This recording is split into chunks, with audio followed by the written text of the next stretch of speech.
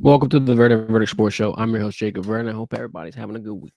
Made it to the weekend. About to wrap this up. Got an LSU football practice video coming at you tomorrow. Had another one yesterday for you. We're going to be giving you the notes, everything that we saw in day 2 of fall camp, and I did a little bit of digging. Went to Clemson, not in person, virtually. Checked out their camp.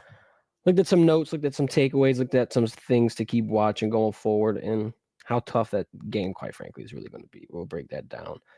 Their prospects, their position changes, their starting lineup, every single thing under the sun. Let's jump into this LSU practice notes first, though. First things first. Keep the main thing. Nothing huge from day 2. Saw some more of the offenses. Saw some quarterback depth. One of the key takeaways that I'll say in terms of quarterback play, Juwan Johnson got to mix in a good bit with the 2s and the 3s. Now, he's not going to be someone I think that will have a chance at the starting role, even hypothetically, God forbid, if Garrett Nusmeier gets hurt. I don't think that's what that's for. I think it's more so just getting him comfortable with potentially getting implemented in the middle of a game in a type of, I don't want to say a gadget play, but in a quarterback design run or some type of wildcat formation scheme. Like, I do think Juwan will have a role. I just think it's going to be, kind of touch and go a little bit, if you will. I think it'll kind of develop as the season goes on, as they get more trust in him, but he's going to be a nice addition. Michael Van Buren looks solid. He has some nice accuracy with him. That is what most people think is going to be the guy for LSU after Nusmeier leaves. Obviously, you got a lot of time in between now and then. You got the transfer portal, you got recruiting, you got a lot of things to watch for. I will say, though, I'm worried that Colin Hurley potentially gets buried in the quarterback depth. I'm worried that because he's really talented. He's a good piece for LSU. And I mean, watching guys like Walker Howard, Ricky Collins, and then now potentially Colin Hurley, all top-ranked recruits, all players that people thought were going to have bright futures at LSU. You just don't want to see them leave. Yeah, I don't want to see him not get his opportunity, not get his chance. It's a little bit of a worry that I had from day 2. Nothing crazy, though. Now, for Nusmeier, interesting stat, according to Brian Kelly. He clocked the Nuss bus at 21 miles per hour. Now, I don't know if it's 100% true. I'm sure it is. I'm not going to discredit what Coach Kelly's saying, but a lot of people have been questioning the speed, the wheels of Garrett Nusmeier. Look, I'm gonna go out and be an advocate for him. I think he's more mobile than some people give him credit for. People are acting like he's got cinder blocks on his feet and he's not going to be able to move at all. I think if anything, you extend 3 to 4 more plays a game, you get 5 yards on a little run here and there. You're not going to be doing Jaden Daniels quarterback design runs, but by any means, just stretching it out and not having a turnover or an incompletion or whatever the case may be, that's a win for Garrett Nusmeier. And then since we're talking about Jaden Daniels, I want to dial it back to his first year. Jaden Daniels, in the eyes of many people, ran too much. And people were complaining, oh, well, he doesn't have the mind of a quarterback. Oh, well, all he wants to do is throw. He's not sitting there in the pocket long enough. He's not letting things develop. You're not going to please everybody. Matter of fact, most people are going to always nitpick and find something you're doing wrong just out of pure pessimist mindsets. I think that's kind of what Nussmeier's fallen in. He had a decent first year. I think he's a good quarterback, one of the better ones in college football. We've been praising the experience that he brings and how he's one of the more capable guys out of this entire draft class. Now, only knock you can really give on him is he doesn't have breakaway speed like a Lenora Sellers or whatever the case may be, Jalen Milroe, Jaden Daniels, yada, yada, yada. Like I said, though, Jaden Daniels pissed some people off in year 1. And then in year 2, he shined. Looked phenomenal. Won the Heisman. Inevitably became the second pick in the draft. And now he's one of the best quarterbacks in the NFC. I mean, that's a quick jump around. We're not going to get too ahead of ourselves for 13. But my point still stands. He's got the potential to be one of the top guys. I don't see many things that are worrying me in that regard. Maybe the offensive line. We'll get to that here shortly. But in terms of depth at wide receiver, at tight end, hell, even at running back, in the fact that Joe Sloan's still there in terms of being his offensive coordinator, they've got that continuity together. I think all signs point to it being a successful season.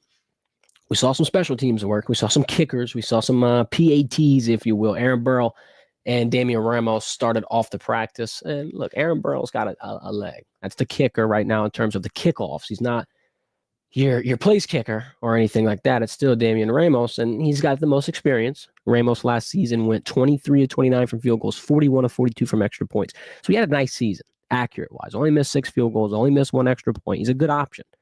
Aaron Burrell kicked a 47-yarder with a hell of a lot of range, a lot of accuracy. I think that I'm not going to say he could be the guy, But at least for the future, you know you got something. You know you're not going to be scrambling. You know you're not going to be scratching your head in that special teams regard. Here's a worry that I have.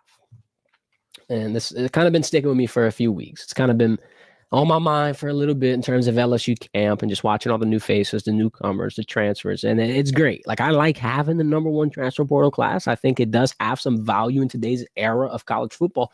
But there is a worry in the fact that you're bringing in a lot of new faces that are going to have to learn things and find their fit, their role, and just be a hit, quite frankly. Wilson Alexander, our guy from The Advocate, he put out a stat this week that I found uber mega concerning. Shout out Wilson for this next gen stat. In terms of national champions in the transfer portal era, the team that has had the most was 9. 9 transfers was the most out of anyone's portal class from the last few years in terms of it being a championship team. LSU has 18. Double. And it's not saying that 18 players all are going to start and all are going to, make their way into the lineups. However, you do got, I would say, 9. I mean, you got Braylon Moore, Josh Thompson on the offensive line. You got TaMarcus Cooley, AJ Halsey, Mansour on the DB side, Patrick Payton, Jack Pyburn on the edges, at least in terms of your starting lineup. Then a handful of wide receivers. Barry Brown, Nick Anderson. That's your 9th one. You can even say Destin Hill as your potential 10th transfer to implement himself into this lineup, into this rotation.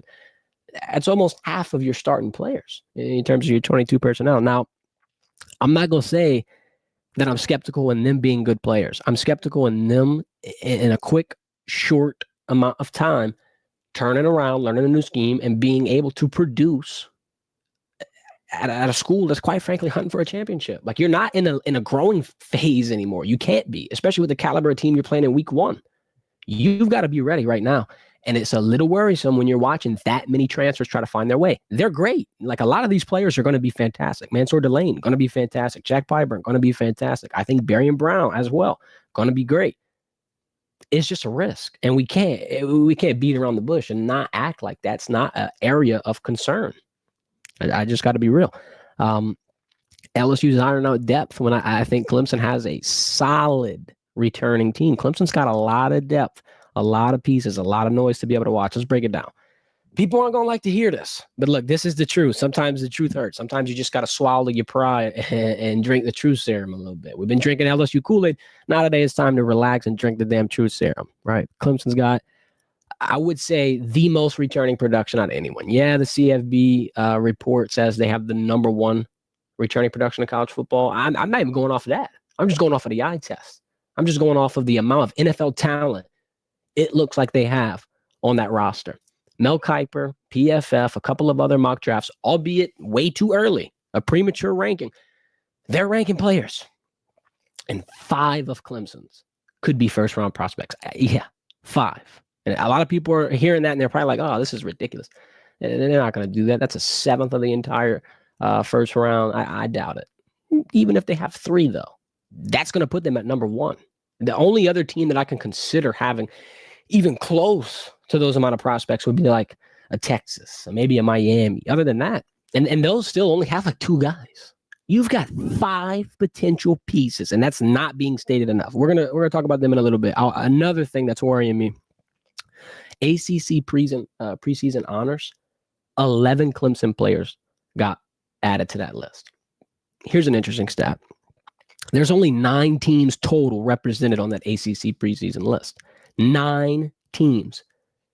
There's more players for Clemson on the preseason watch list than there are teams from the ACC. Please fathom that. This shows how deep I think, or how much of a real threat this team could be. I don't think enough people are looking at Clemson.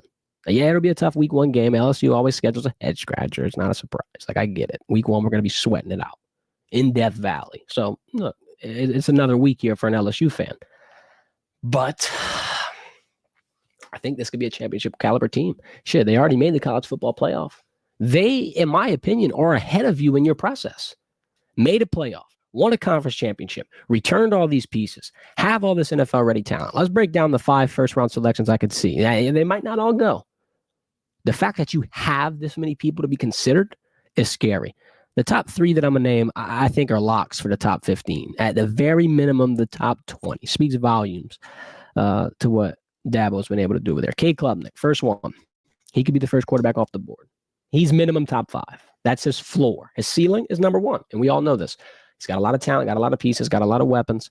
One of those weapons could also be a first-round pick in and of itself. Let's move over to the defensive side, though. This is the area I think that could potentially cause the most havoc in terms of Clemson screwing over LSU in week 1. If LSU will drop this game and lose for the 6th straight year in the season opener, it'll probably be because of Clemson's defensive line pressure, the edge pressure, all that pass rush getting through that new piecemeal offensive line. And the offensive line is not horrible for LSU, but the fact that you're moving, quite frankly, you're returning nobody because DJ Chester's moving over to guard. And I'm not going to say that him moving from center to left guard is a drastic change. It's change enough to where you're not returning anyone at their same position because 80% of the line's going. DJ was at center last year, and if he's moving and Braylon Moore comes slide in, that's a lot of change. That's a lot of pieces that are valuable to getting exposed. TJ Parker is going to be one of the best edges in college football, and I think he's going to be a big piece as to how that offensive line group could potentially get tested in week 1. If you look at his 2024 production, 11 sacks, 6 fumbles, I don't see him going outside the top 10.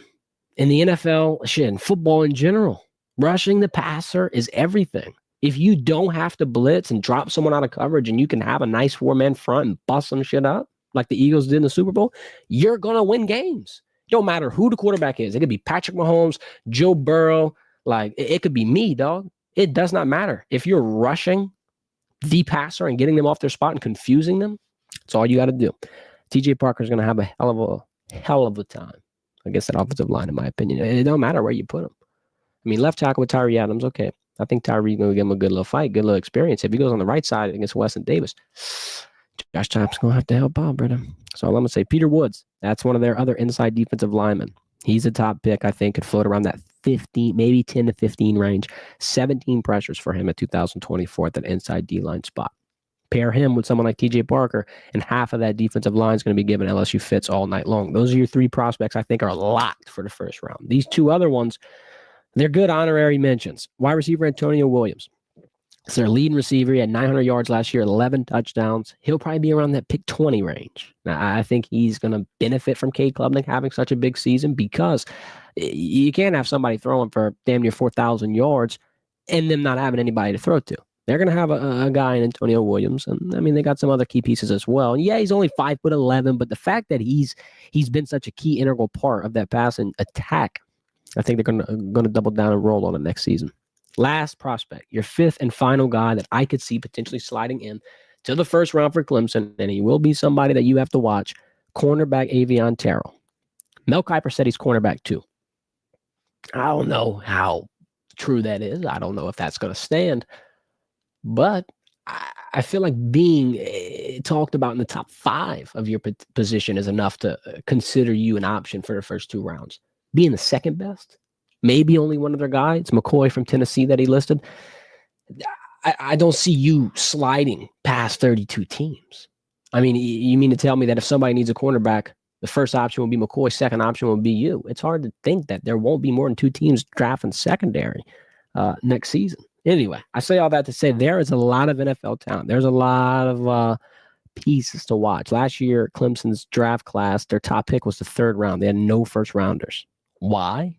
Because every single person that was damn near ready to go returned and locked and loaded. And I think it'll be an interesting game. They also, here's another keynote. Not a lot of people are talking about this enough, at least that I've seen. Clemson replaced their defensive coordinator, right? They brought in Tom Allen, former Penn State defensive coordinator from last year, and they had great success in that defense. They were top 10 in run defense, 7th in yards per game, 8 in scoring. It's a good unit overall. Then he's got the pieces to give LSU's O-line hell. Between TJ Parker and Peter Woods, I think it'll be an interesting night for Nusmeier. And if he gets off that spot, hopefully he'll be able to show off that mobility. I got Toddy in the chat saying, what? Nuss ran 21 miles per hour? Can't be. Hey, as per Brian Kelly, dog. That's like I said, I don't know. I wasn't out there with the speed gun. I wasn't out there with the radar. But there's the word on the street. So, I mean, hey, even if he ran 19, give him some credit. Let's give him some credit. He don't got to be the fastest man in the field. Especially with all those wideouts that you got running. What is it? Sub 4-4 they're saying? You got Barry Brown, you got Chris Hilton, you got Aaron Anderson, all these different pieces. Xavier Thomas. Throw them out there, create some speed, spread that field. and then hopefully he can break one away. I think Nusmeier can show you some flashes next season. Like I said, not the fastest guy, but he getting a little slept on. I ain't gonna lie to you. But yeah, Tom Allen being the new defensive coordinator for Clemson, I think will be interesting because that's the area of the ball the most, or that will have the most impact, quite frankly, in this LSU game. Because let's say they do potentially find a way to use those wide receivers, all that depth, all that speed, to pick apart that new secondary, could have a decent day. I think Penn State's pass rush last year was something that you're going to have to be worried about, because if you bring that to Clemson with the talent that they have, oh boy, you're going to have a long day. Here's a key player that I got. Last little note about Clemson. I know y'all sick and tired of me talking about him, but this is my mini preview. This is me giving you a quick reaction before I really break down the entire game. We booked our trip to South Carolina yesterday, so we're going to be there on the field. We're going to be there giving you all the coverage, all the live on-site coverage as per usual. So we're just getting our taste buds wet a little bit, just getting a little excited. Key player, Adam Randall. He was a wide receiver. Now he's their running back, projected, according to some members of their media, to be their starter. Started at running back. I looked at some of the film. At least through spring, he's been just about everywhere. I think his work in the backfield is very interesting, because when you hear wide receiver going to running back, you're a little confused. Then you look at the stature, and it makes sense. 6'2", 230 pounds, huge frame, could be a nice bruiser. And then you mix in the footwork, because he's got the release, the route running, the packages that he's already been working on. I think that he could be a nice piece. I mean, last year he stepped in the college football playoff when they played Texas. They had a lot of injuries in their backfield, and they made him switch over, kind of similar to what Juwan Johnson did for LSU in that running back room whenever John Emery went down. He only had 4 carries in the game versus Texas in the playoffs. He didn't have a huge game, but he did enough where I'm very interested to see how they're going to use him in that backfield. I don't know. LSU and Clemson, I think it could be a tough game. I'm not going to sit here and say LSU's damned, but I do want to pump the brakes and not make it seem like LSU is in for the biggest win of their season, which it could potentially be. If you beat a playoff team in week 1, silence all the doubters, go into 1-0, start undefeated like you haven't in over half a decade, you're going to have a lot of people on that bus. The Nuss bus, the LSU bus, the Kool-Aid bus. I don't know what bus you ride. They're going to be all over LSU, though. They're going to be gung-ho heavy about the offensive fireworks that could potentially be produced. And I trust the coordinators. I trust Joe Sloan. I trust Blake Baker. I trust what they've been doing, what they've been instilling, what we've heard from them, the conversations we've had. It seems like everything's on schedule. So I'm excited for an LSU season. This is a talented team. However, I want to taper my expectations just a tad, because Clemson is a severely underrated team. And that's my opinion. That's my soapbox moment for today. We'll react to a couple of topics for you today before we shack out of here. Hall of Fame game yesterday. Is football back? Is football really back? Like, really? Really? Everybody's excited. That's not primetime football, baby. That's third stringers out here. Then another thing, people are overreacting like insanely. I seen a post, somebody asking, did the Lions fall off? Are they in for a underperforming year? I forgot the word that they used to describe them, but are we serious? We're talking week -40 right here. You still got the preseason, the entirety of it. You still got some camp pieces. Shit, they haven't barely made cuts to their rosters. And yet, the Lions are going to have some question marks. You're replacing both coordinators. You got Ben Johnson leaving, Aaron Glenn leaving. So that could cause a slow start. But are we seriously talking about the Lions being washed and not producing because of a Hall of Fame game? Like, dog, they are not playing starters at all. They're not playing backups. They're not playing backups. They got like damn near practice squad people out there. So, yeah, football's back. But I ain't going to sit here and rain on that parade yet, especially as a Packers fan. Bro, if you hearing a Packers fan say this about the Lions, come on. This is as unbiased gets. You would think I'm sitting here saying that they're done. They're cooked. It's over with. NFC North is running through Wisconsin. I'm not on that train. I think the Detroit Lions are one of the best teams in the NFC. And yeah, like I said, they're replacing 2 coordinators. Don't count out Motor City Dan Campbell. This one game, it was exciting. It ain't gonna be anything definitive of them falling off. Real quick, Saints and Tyler Shaw. So Tyler Shaw's struggling in camp. Surprise, surprise. He's a rookie. Like, are we surprised that he's having some growing pains? And it's not even like he's having horrible plays. One of the worst plays I saw was him rolling out to the right, trying to make a quarterback run, barely getting a few yards. I think he got like 3 yards. He would have got popped. Oh, well. The other play that I saw a couple days ago, people pissed off about him throwing the ball out the back of the end zone, trying not to force anything, trying not to have an interception. Guys, okay, so let me just talk about logic here for a sports fan. And I know there's not always a lot of it, but I'm just going to say, if you're going to criticize Garrett Nusmeier saying, oh, he's not mobile. Oh, Garrett Nusmeier has to run. Nusmeier has to run more. Then you see a video of Tyler Shaw not forcing anything, not the fastest guy in the world either. Similar situation, but he tucked and run. He tried to get a few. And then now we're pissed off with that because that's ridiculous. And he looks like he's struggling. He looks like this. He looks like that. And that's expected, right? Do you expect a rookie to come in here and just light the field on fire? It happens very seldom. Very seldomly. Like you can count it on one hand damn near in the last 5 years of a quarterback that came in and went blitzkrieg. If you take Jaden Daniels and CJ Stroud out of the mix, you don't got a lot of options. They're talking about Spencer Rattler potentially being the starter. Look, I could see it. I don't think it'll be a permanent thing. I don't think that the Saints are going to be in a situation where he starts all year. I could see Tyler Shaw being the guy by the end of the season. And if he sits a few weeks at the beginning, that's better for him to grow, to learn, to adjust, to adapt, to evolve.